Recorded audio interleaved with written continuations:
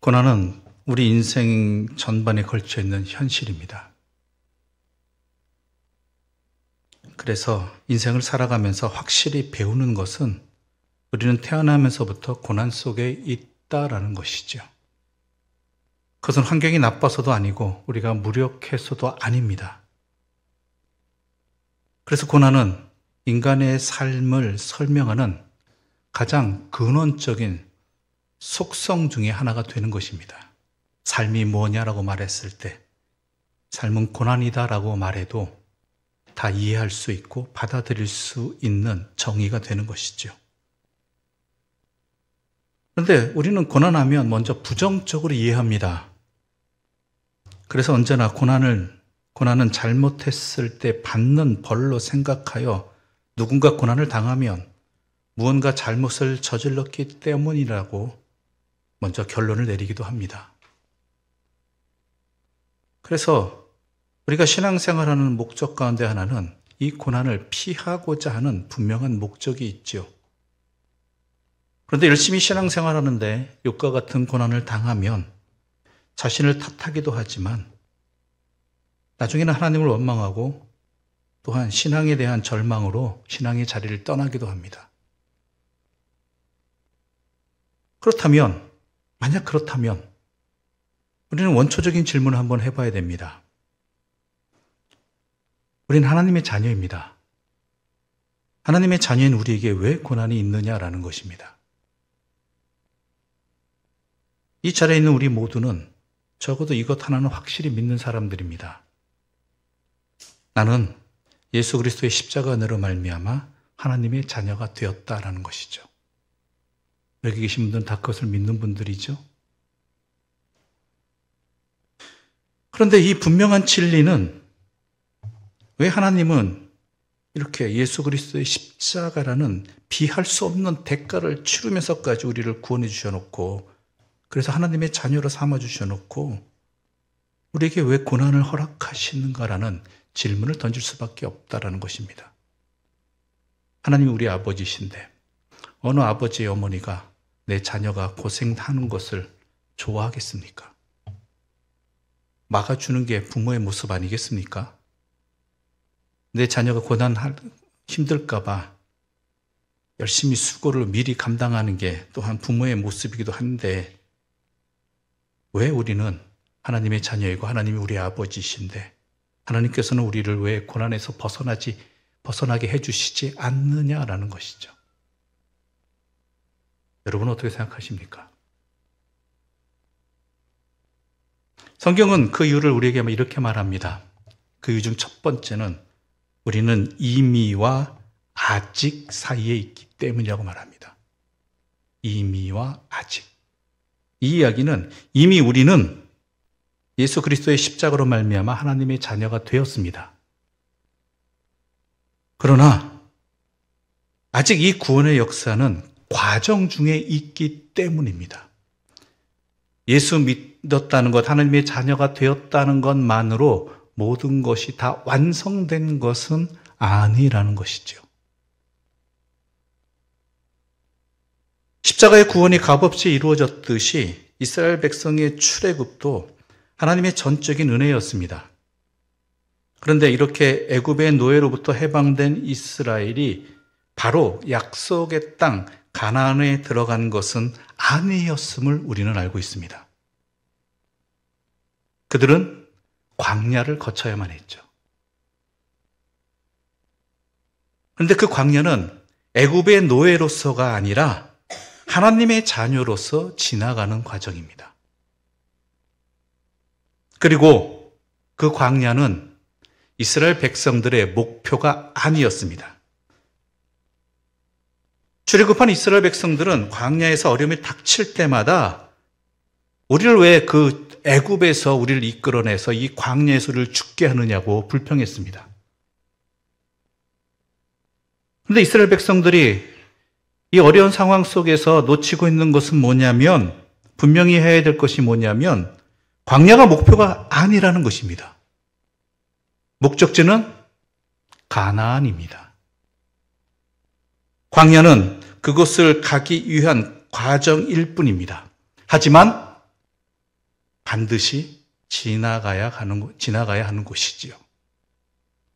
우리 인생도 마찬가지입니다.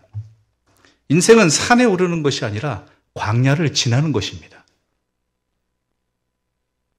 우리는 이미 하나님의 자녀입니다. 하나님의 자녀로서 죄의 노예로부터 구속을 받았습니다. 하지만 아직 가나안에 도달하지는 않았지요. 이 이미와 아직 사이가 바로 세상이고 광야라는 것입니다. 그래서 우리는 이 광야에서 이 광야라는 고난이 있을 수밖에 없다라고 성경은 분명히 말하는 것이죠. 누구도 예외가 없습니다. 그렇다면 이 고난의 문제를 단순히 인생이라는 광야를 지나기에 감당해야 되는 단순한 숙명적인 요소로만 볼 것이냐? 어차피 그것을 통과하려면, 지나가려면 겪어야 되는 그러한 그냥 단순한 요소로만 볼 것이냐라는 것이죠. 아니라는 것입니다. 오늘 본문의 앞부분인 로마서 8장 16절과 17절은 우리에게 이렇게 말하고 있습니다. 함께 읽겠습니다. 성령이 친히 우리의 영과 더불어 우리가 하나님의 자녀인 것을 증언하시나니 자녀이면 또한 상속자 곧 하나님의 상속자요 그리스도와 함께한 상속자니 우리가 그와 함께 영광을 받기 위하여 고난도 함께 받아야 할 것이니라. 아멘. 우리는 하나님의 자녀라는 것입니다.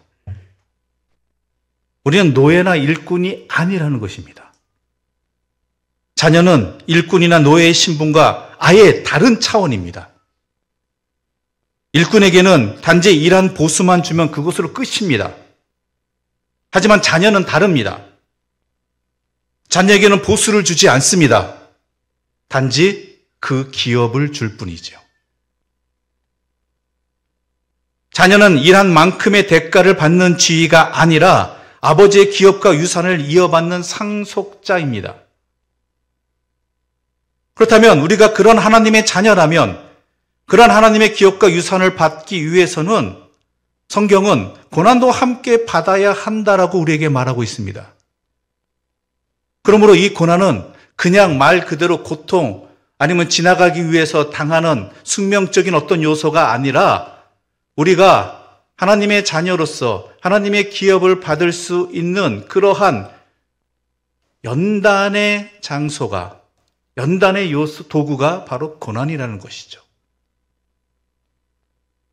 다른 표현을 하면 훈련이 되겠습니다. 하나님은 출애굽한 이스라엘 백성들을 바로 가나안 땅으로 이끌지 않으셨습니다. 왜인지는 여러분이 잘 아십니다. 가나안 땅에 들어가서 그들이 뿌리박고 제대로 하나님의 자녀로서 살게 하시기 위해서 그들을 광야에서 연단받게 하셨다라는 것이죠. 그곳에서 견디게 하시면서 하나님의 백성으로 세워 가셨습니다. 그래서 사도 바울은 이를 로마서 5장 3절과 4절에서 우리가 환난 중에도 즐거워하나니 이는 환난은 인내를, 인내는 연단은 소망을 이루는 줄 압니다라고 우리들에게 말하고 있는 것입니다. 즉, 이 환난이 그냥 환난으로 끝나는 것이 아니라 나로 하여금 내가 견디게 하고 연단되게 해서 우리의 참된 목적지로 가서 하나님의 자녀답게 살게 하는 그러한 하나님의 훈련의 과정, 섭리의 과정이라는 것을 알기 때문에 환난 중에도 즐거워한다라는 것이죠.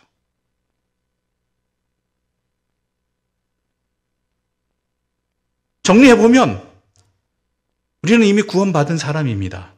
그러나 완성까지는 여러 과정들과 시간들이 필요하다는 것이죠. 그 완성이라는 목적지에 이르는 과정 동안 우리가 겪게 되는 이 광야는 고난과 환난입니다. 그렇지만 이 고난과 환난을 하나님이 일하시는 자리로 분명히 알아야 된다는 것입니다. 그렇지 않으면 이 고난을 고난 가운데서 하나님이 일하신다는 것을 깨닫지 못한다면 그저 현실을 인과응보로만 보게 됩니다. 잘하면 복받고 못하면 벌받는다는, 물론 이 인과응보의 원리는 하나님이 일하시는 매우 중요한 대원칙 중의 하나입니다. 하지만 하나님은 그것보다 더 크신 분입니다. 만약 인과응보라면 우리는 이 자리에 그 아무도 살아갈 수 없는 사람들이 되는 것이죠. 하나님은 인과응보보다 더 크신 분입니다. 그것을 잘 나타나는 방법 중에 하나가 뭐냐면, 고난을 사용하시는 방법 중에 하나가 뭐냐면 예수 그리스도의 십자가라는 것이죠. 예수 그리스도는 십자가의 고난을 당하셨습니다. 죽음을 당하셨습니다. 사람들은 세상 그렇게 생각하겠죠. 합당한 대가라고. 뭔가 잘못했기 때문에 저 참혹한 십자가의 죽음을 당하는 것이라고. 근데 우리는 알고 있습니다. 그것을 통해서 하나님은 하나님의 영광을 이루셨죠. 하나님의 방법입니다. 하나님의 일하심이라는 것이죠. 그렇게 우리를 위해서 십자가를 통해서 우리를 구원해 주시는 그 영광을 이루셨듯이 우리에게 허락되어진 우리가 당하는 고난을 통해서도 우리는 또한 하나님의 자녀로서 우리는 완성되어져 갈 수 있고 자녀로서 훈련되어져 간다라는 것이죠. 그런데 여기서 주의할 점은 모든 고난이 그렇게 정리되어서는 안 된다라는 것입니다. 무슨 얘기냐?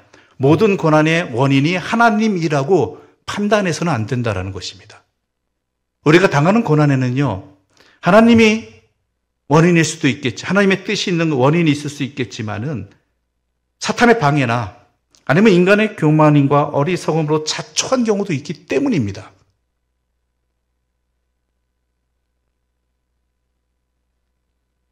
그러한 경우들이 때로는 더 많기도 합니다. 그런데 중요한 것은 이 모든 고난, 하나님이 원인이 되시는 고난도 있겠지만 사탄이 원인이 되기도 하고 또한 우리의 어리석음과 교만으로 인한 그 모든 고난이라 할지라도 우리는 그것을 통해서 우리가 나아가고 목표해야 되는 바는 그 고난을 통해서 고난당한 내가 하나님으로 채워져 가야 된다는 것입니다. 하나님으로.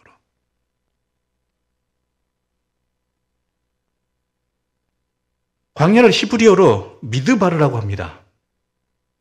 아마 들어보셨을 것입니다. 그런데 이 미드바르라는 이 광야의 단어는요, 말씀이라는 의미를 가진 다바르에서 파생되었다고 합니다. 즉, 광야에는, 그 광야 속에서는 하나님의 말씀이 있다라는 것이죠. 하나님의 뜻이 있다.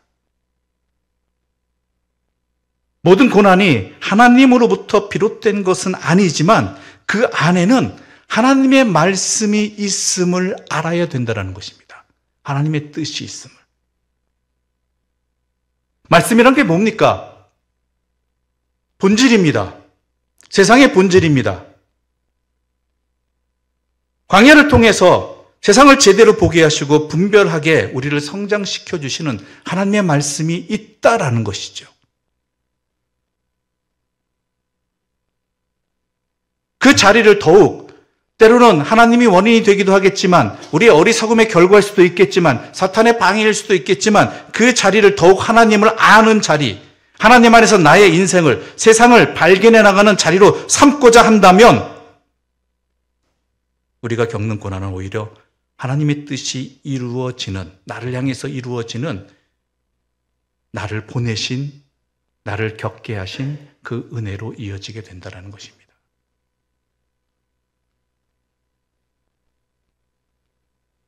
앞서도 얘기한 예수님의 죽음, 고난의 절정입니다. 십자가의 죽음, 인간이 당할 수 있는 수치와 모멸의 절정입니다. 그런데 그러한 것을 통해서 하나님께서는 하나님의 구원의 역사를, 하나님의 뜻을, 하나님의 말씀을 이루셨다라는 것이죠. 하나님이 이런 자리와 이런 정황을 통해서도 하나님의 뜻을 담으셨다라면 우리의 인생에야 얼마든지 하나님의 뜻으로 채울 수 있지 않겠습니까? 그 광야 속에서도. 그러므로 고난은 결국 우리를 하나님의 사람으로, 이미 하나님의 자녀가 된 우리를 하나님의 사람으로 성장시켜 살게 하시는 하나님의 일하심의 현장이라는 것입니다. 그러므로 그 어떤 고난이든 우리는 하나님을 품는 자리로 삼아야 된다는 것이죠. 하나님 안에서 바라보고 감당해야 한다는 것입니다. 고난을 하나님으로 채우면, 하나님의 뜻으로 채우면 나를 연단하시는 하나님의 은혜의 과정이 되는 것입니다. 그런데 18절에서 이렇게 말하고 있죠. 현재의 고난은 장차 우리에게 나타날 영광과 비교할 수 없다. 단순히 우리를 연단시키는 것으로 끝나시는 것이 아닙니다. 이것을 통해서 우리에게 허락해 주실, 우리로 하여금 살게 해 주실, 우리가 누리게 해 주실 그 영광은 지금 당하는 고난과 수고에 비할 수 없는 그러한 것들로 우리에게 응답해 주신다는 것이죠.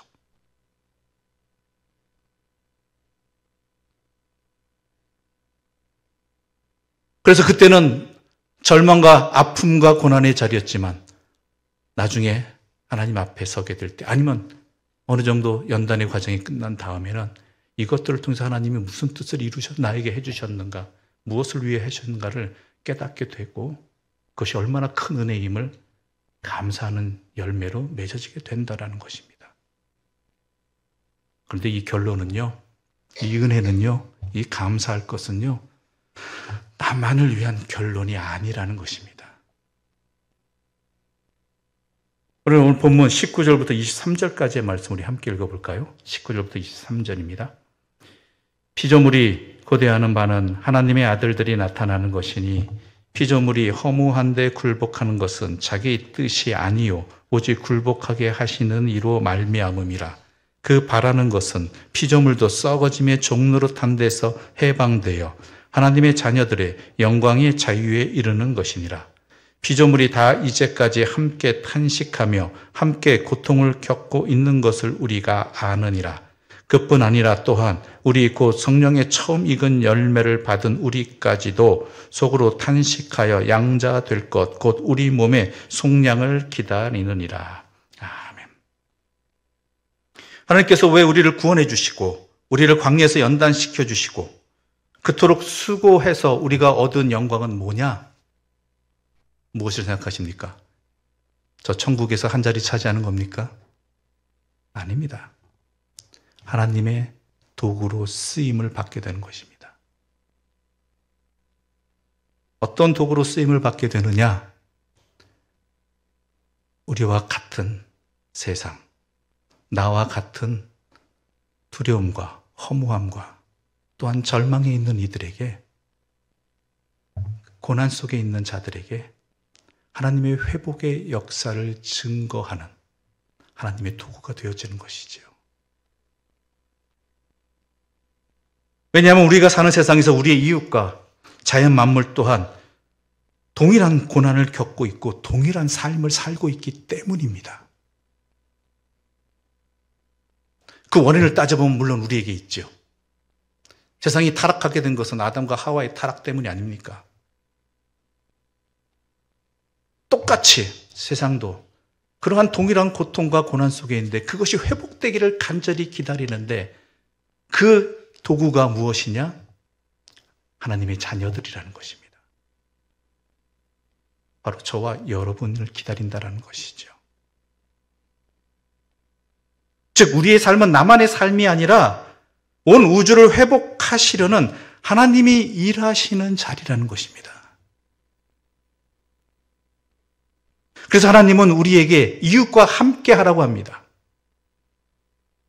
보냄을 받은 자로서 부유하든 가난하든 하나님을 품은 자로서 그 시간 그 자리에서 하나님의 일하심을 누리고 증언하라는 것입니다. 하나님 은혜를 입은 자답게, 하나님께 연단받은 자답게, 하나님의 섭리 가운데 있는 자답게 하나님의 도구가 되어서 세상을 살아가라는 것이고 이웃과 함께하라는 것이고 자연 만물을 하나님 뜻 안에서 돌보라는 것이죠. 물론 고통은 여전합니다. 현실은 여전합니다. 하지만 그렇다고 억울하고 비참한 것으로 우리 인생이 우리의 허무함으로 끝나지 않는다는 것을 우리 자신도 알아야 되고 또한 우리 이웃들과 세상에 알려야 하는 것이 하나님께서 우리에게 허락해 주신, 우리를 연단시켜서 도구로 삼아 주신 그 이유라는 것입니다. 그게 그리스도인이고 그게 여러분의 가정이고 우리 교회인 것입니다. 그런데 이렇게 사는 게, 이것을 전하는 게 쉽지 않습니다. 이미 여러분은 다 아십니다.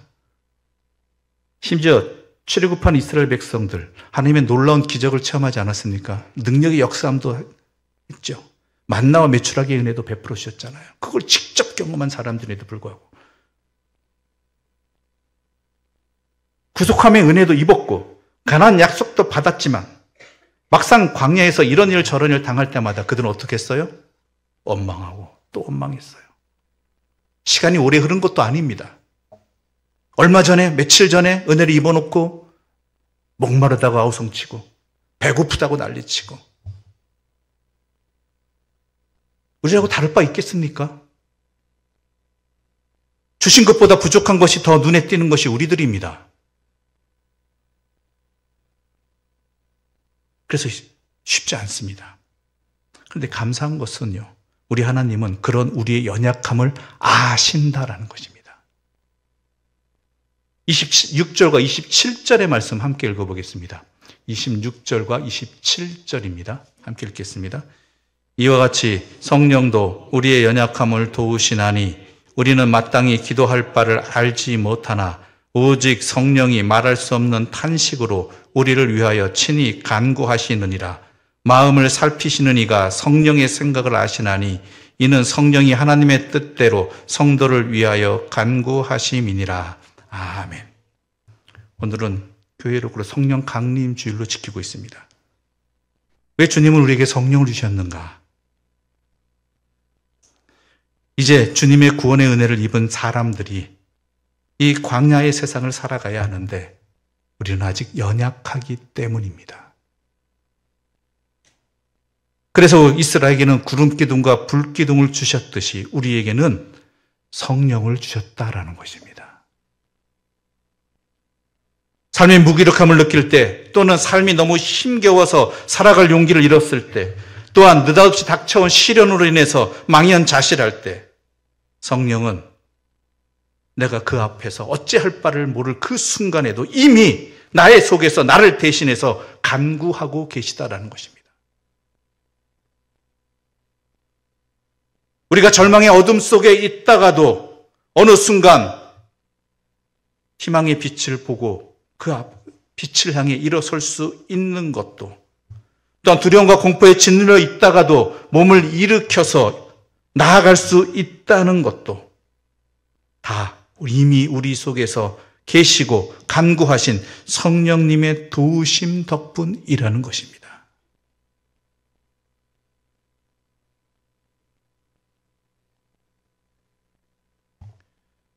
우리가 인생을 살아가는 데 있어서 이해할 수 없는 일을 겪고 또한 살아가야 됩니다. 광야이기 때문입니다.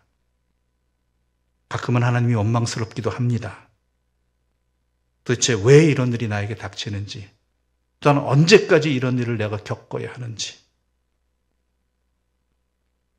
모든 판단이 정지되어지고 또한 내가 살아온 그 경험들이 더 이상 나의 삶을 지탱해 주지 못할 때, 너무 힘들어서 주님 앞에 엎드려 우는 것조차 할 수 없을 때 주님 우리를 품으시고 또한 성령님을 통해서 우리를 세워주고 계시다라는 것입니다. 이 사실을 믿을 때, 깨달을 때 우리의 삶은 새로운 삶이 시작되는 것입니다. 28절부터 30절까지의 말씀 함께 읽겠습니다. 28절부터 30절입니다. 우리가 알거니와 하나님을 사랑하는 자, 곧 그의 뜻대로 부르심을 입은 자들에게는 모든 것이 합력하여 선을 이루느니라. 하나님이 미리 아신 자들을 또한 그 아들의 형상을 본받게 하기 위하여 미리 정하셨으니 이는 그로 많은 형제 중에서 맏아들이 되게 하려 하심이니라. 또 미리 정하신 그들을 또한 부르시고 부르신 그들을 또한 의롭다 하시고 의롭다 하신 그들을 또한 영화롭게 하셨느니라. 아멘. 하나님을 사랑하는 자, 곧 그의 뜻대로 부르심을 입은 자들에게는 모든 것이 합력하여 선을 이룬다라고 되어 있습니다. 모든 것이 뭘까요? 그 모든 것에는요, 좋은 것, 좋지 않은 것, 힘든 것, 즐거운 것, 이런 것들도 포함되지만요, 우리가 이해하지 못한 것, 미처 이해하지 못한 것도, 또 우리가 미처 살아가지 못한 것도 포함이 되는 것입니다. 이 모든 자리에서 우리는 무슨 일을 당할지는 모르겠지만 분명한 것은 사방으로 우겨쌈을 당해도 쌓이지 아니하고 답답한 일을 당해도 낙심하지 않게 된다라는 것입니다. 왜냐하면 비록 나는 연약하고 부족하지만 나를 향하신 하나님의 뜻은 목적은 변함이 없기 때문입니다. 그 사랑은 여전하기 때문입니다. 나에게는 하나님이 나를 세우신 구원하신 하나님의 그 뜻이 있기 때문이라는 것입니다. 그게 바로 선을 이루는 것입니다. 여러분, 선하면 합력하여 선을 이룬다 그러면 그 기준이 내가 되잖아요. 내게 좋은 거 아닙니다. 그 뒷구절을 읽어야 돼요. 합력하여 선을 이룬다는 것을 어떻게 설명하고 있느냐? 우리로 하여금 맏아들이 되게 하려는 것이다라는 것입니다. 맏아들이 뭘까요? 예수 그리스도입니다. 예수 그리스도를 닮아가는 것입니다. 예수 그리스도의 삶을 살아가는 것입니다. 그래서 이 모든 연단을 통해서, 모든 고난과 환난을 통해서 하나님께서 우리에게 이루시고자 하는 선은 우리가 주님 닮아가고 주님의 삶을 같이 동행하며 살아가는 것, 이것을 사도 바울은 맏아들이 되게 하려는 것이다라고 표현하고 있는 것이죠. 예수님처럼 하나님의 자녀로서 회복된 신분을 살아가는 것입니다. 예수님 닮아가는 것입니다. 그리고 하나님의 영광을 목적으로 사는 삶을 사는 것입니다. 예수님을 믿어서 하나님과 하나님의 자녀된 그리스도인들은 이제 하나님의 영광을 바라며 살게 되었습니다. 그런데 아직은 완성되지 않았습니다. 이 신앙의 여정을, 이 구체적인 과정은 고난으로 준비되어 있다는 것이죠. 하나님은 예수 그리스도에게도 그러하셨듯이 우리에게도 영광된 승리의 자리까지 가는 과정을 고난이라는 방법을 통해서 인도하신다라는 것입니다. 그러니 우리의 인생에서 성공과 실패는 겉모습만 보아서는 알 수 없는 것입니다. 우리가 잘 됐다고 생각하는 곳에서도 하나님이 없으면, 예수님 닮아감이 없으면 그것은 허망한 것일 뿐입니다. 이해할 수 없는 정황에서도 우리가 예수님을 품고 있으면 그 사람은 복 있는 사람인 것입니다. 이 일을 완성할 때까지 중단하지 않으시는 하나님의 일하심을 우리는 분명히 알고 믿고 의지하여서 우리의 하나님의 자녀로서의 자리를 포기하지 않고 소망을 품고 지켜가고 살아가야 된다는 것입니다. 광야에서 허무하게 죽을 수는 없다는 것입니다. 하나님은 반드시 그 믿고 따르고 의지하는 자에게 가나안으로 반드시 인도해 주시고 하나님의 자녀로서의 그 기업을, 하나님의 자녀로서의 열매를 맺게 해 주시는 분입니다. 우리 하나님은 실패가 없으신 분이기 때문입니다. 그런데 여기에 주의사항이 하나 있습니다. 우리가 유념해야 될 게 있습니다. 그것은 뭐냐면 우리가 생각한 것보다 더 깊은 자리까지 간다라는 것입니다. 우리가 생각한 것보다 더 오랜 시간이 걸릴 수도 있다라는 것입니다. 이스라엘 백성이 출애굽하여 광야를 지나서 가나안에 갈 수 있는 길은 상식적으로 그렇게 긴 시간이 아니었습니다. 그러나 그들은 40년이 걸렸죠. 그러나 우리가 또한 놓치지 말아야 될 것은 그러한 우리의 생각보다 더 깊고 길게 우리를 연단하신다 할지라도 우리를 믿는 하나님께서 이미 우리에게 말할 수 없는 탄식으로 우리를 위해 간구하고 계시고 또한 우리의 삶을 붙들고 영광으로 충만하게 살아갈 수 있도록 우리에게 이미 성령을 주셨고 성령의 힘을 통해서 우리는 능히 감당해 나갈 수 있다라는 것이죠. 나의 부족함을 보는 것이 아니라 성령님으로 인해서 내가 나아갈 수 있는 그 미래를, 그 앞날을 품는 소망이 우리에게 분명히 있어야 한다라는 것입니다. 그게 복된 인생입니다. 이 자리에 함께 주님 앞에 서 있는 저와 여러분들이 그러한 인생을 살아가기를 바라고 그러한 소망을 품기를 바라고 성령님의 인도하심 가운데 이러한 연단을 통해서 주님 더욱 닮아가는 하나님의 자녀로서의 참된 삶을 살아갈 수 있는 그런 은혜를 누리시기를 간절히 소망합니다. 기도드리겠습니다.